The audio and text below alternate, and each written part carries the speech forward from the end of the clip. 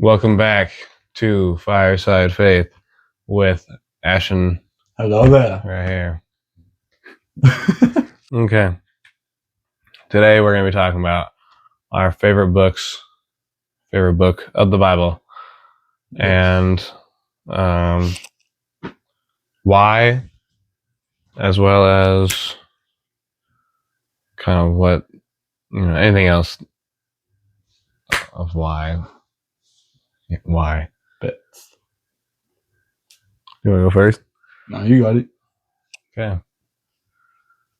My favorite book of the Bible is Timothy, 1st and 2nd Timothy, which I'll give a little background of what that is and why.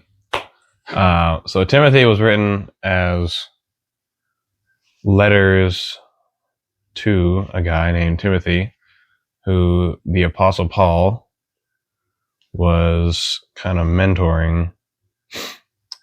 And Timothy was basically a pastor in the 1st century, I believe in Ephesus. Okay, so my Bible here is a ESV version, and it's a student study Bible, so it kind of gives a little description of the theme and many other things. And it says the theme is that the gospel leads to practical, visible change in believers' lives. The true gospel, in contrast to false teaching, must and will always lead to godliness. And the purpose is Paul wrote 1 Timothy to advise his co-worker Timothy about issues in the church in Ephesus.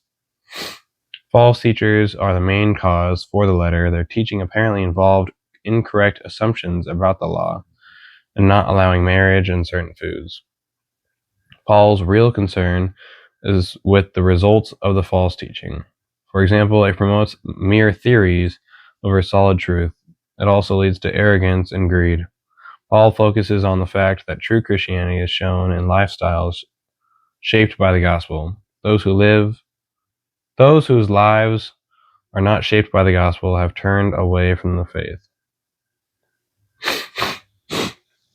So, personally, I have had a call on my life to be a minister of some sort, and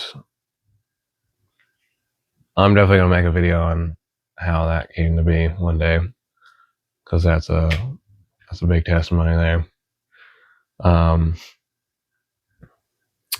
But yeah, Timothy, it's like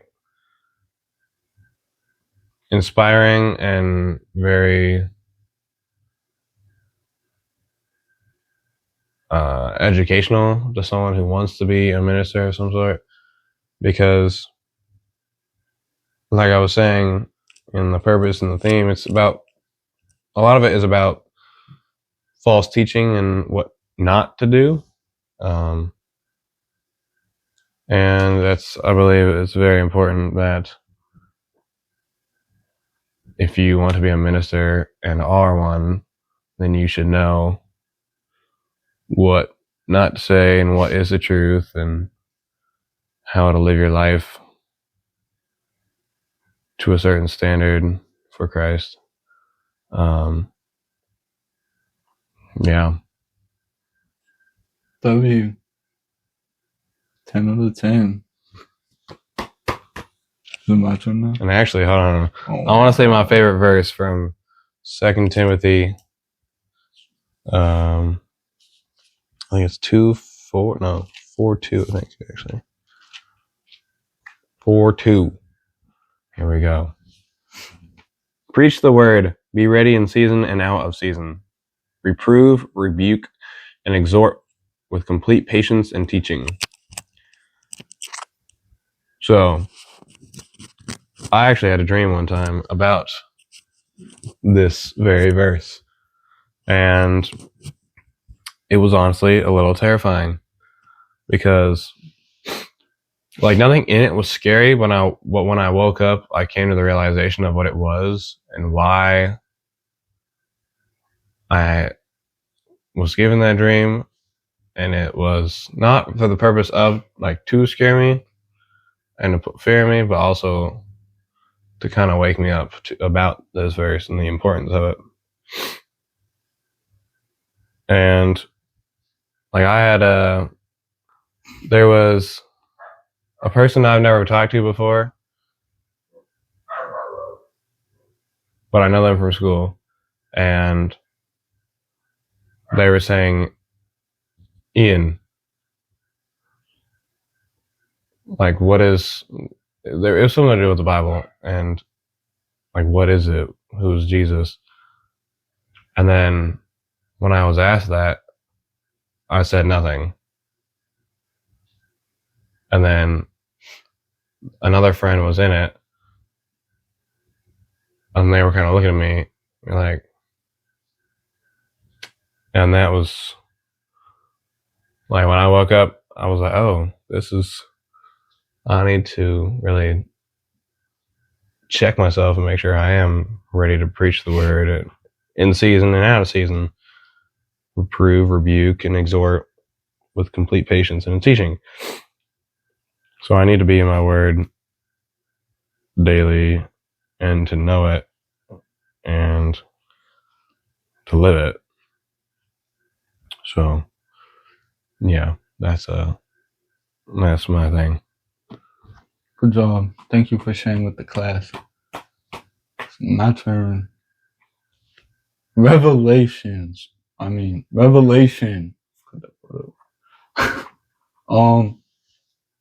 I like this book because it's like the best book, and it's action packed. So if you like action stuff, this is where to go. But it's also very confusing, at least to me, because apparently it's a whole bunch of what's it called? What's the word? Where it's like it's not actually what it says something, but it doesn't mean what it actually says. Crap, what's it? I'm making zero Like sense. a metaphor? No, I don't think that's what it is. Yeah, a metaphor, yeah. Like, for example, let's see if I can find one. It'll be like, and the moon, no, I'll give like an angel example. And he had like 15 eyes and like a goat's tail and like the feet of a lion and the eyes of a cow. And like, that's not what it means at all or something. It's like Yoda. Like, you know, like what? Yeah, okay. Anyways, it's really cool because they have like the 7 letters to the churches, which is really cool. Like Smyrna, Ephesus, Philadelphia. I know that one. What are the other churches? Smyrna,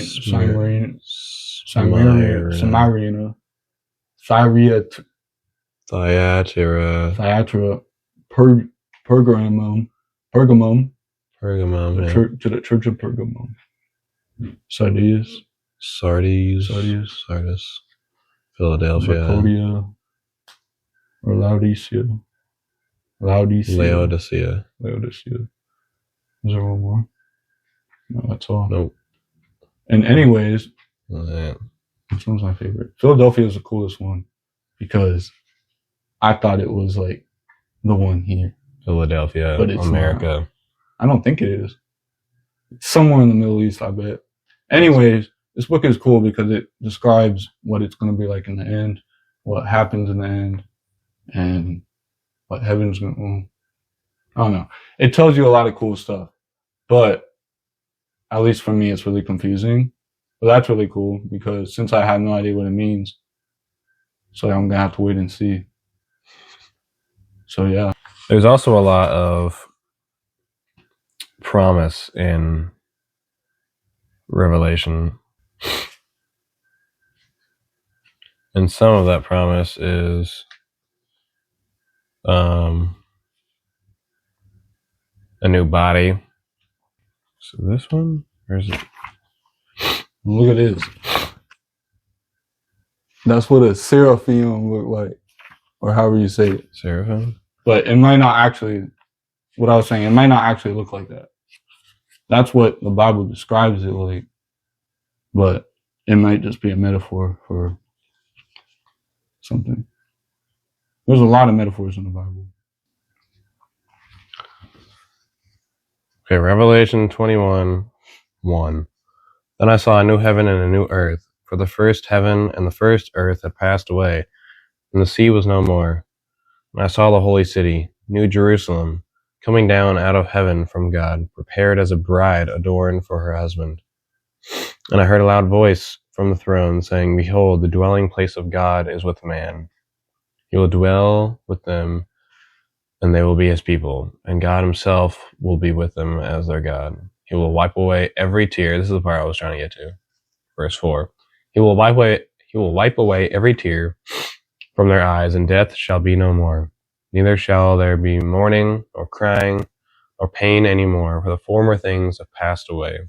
And he who was seated on the throne said, Behold, I am making all things new. And he said, Write this down, for these words are trustworthy and true. He said to me, It is done. I am the Alpha and the Omega, the beginning and the end. To the thirsty I will give them the spring of the water of life without payment. The one who conquers will have this heritage, and I will be his God, and he will be my son. But as for the cowardly, the faithless, the detestable, and as for murderers, the sexually immoral, sorcerers, idolaters, and all liars, their portion will be in the lake that burns with fire and sulfur, which is the second death. So, as we see at the beginning of 21, there's a promise of a new heaven and a new earth. So he's renewing the old and making it new. And then in verse 2 it says, The holy city, New Jerusalem, coming down out of heaven from God, prepared as a bride adorned for her husband. So, if you don't know this, as true Christians today, we are the New Jerusalem. So it's no longer just known as like a place, but it is a people. And the people of Christ and like Christians, that is New Jerusalem. Mm-hmm. So it's coming down out of heaven from God, prepared as a bride. So we are the bride of Christ, Jerusalem, adorned for her husband, which is Christ. Verse 4, He will wipe away every tear from their eyes, and death shall be no more. Neither shall there be mourning, nor crying, nor pain anymore, for the former things have passed away. So that's also a promise that God makes, which is all the bad will be no more. He'll wipe away every tear from your eye. No more death, no more mourning, no more crying, no more pain. Because the former things have now gone, have passed away. And then he says, Behold, I am making all things new. And that is us, as well as we saw at the beginning, heaven and earth. And then write this down, for these words are trustworthy and true, meaning this is very important. John, who's writing this revelation, please write this down. Make sure people know. It is done. I am the Alpha and the Omega, the beginning and the end. To the thirsty I will give from the spring of water of life without payment. The one who conquers will have this heritage, and I will be his God, and he will be my son. But as for the cowardly, the faithless, the detestable, as for murderers, the sexually immoral, sorcerers, idolaters, and all liars, their portion will be in the lake of fire. which is the second death. So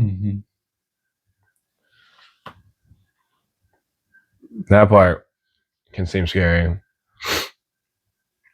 but it's important to make sure that you are in a relationship with Jesus and that you do love him and that you know that he loves you, because you don't want to be one of the people at the end here who will be in the lake of fire. You're going to be cooked, literally. And also, I found what I was talking about. It says on Google, symbolic language, the imagery and numbers in Revelation are primarily symbolic, not meant to be taken literally. The book uses symbols like numbers, animals, and colors to communicate its messages, not to provide the literal timelines of future events.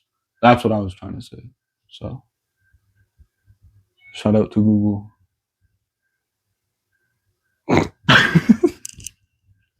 Google isn't always right, though. Yeah, that's true. The number 66, S-I-X, the infamous number of the beast in Revelation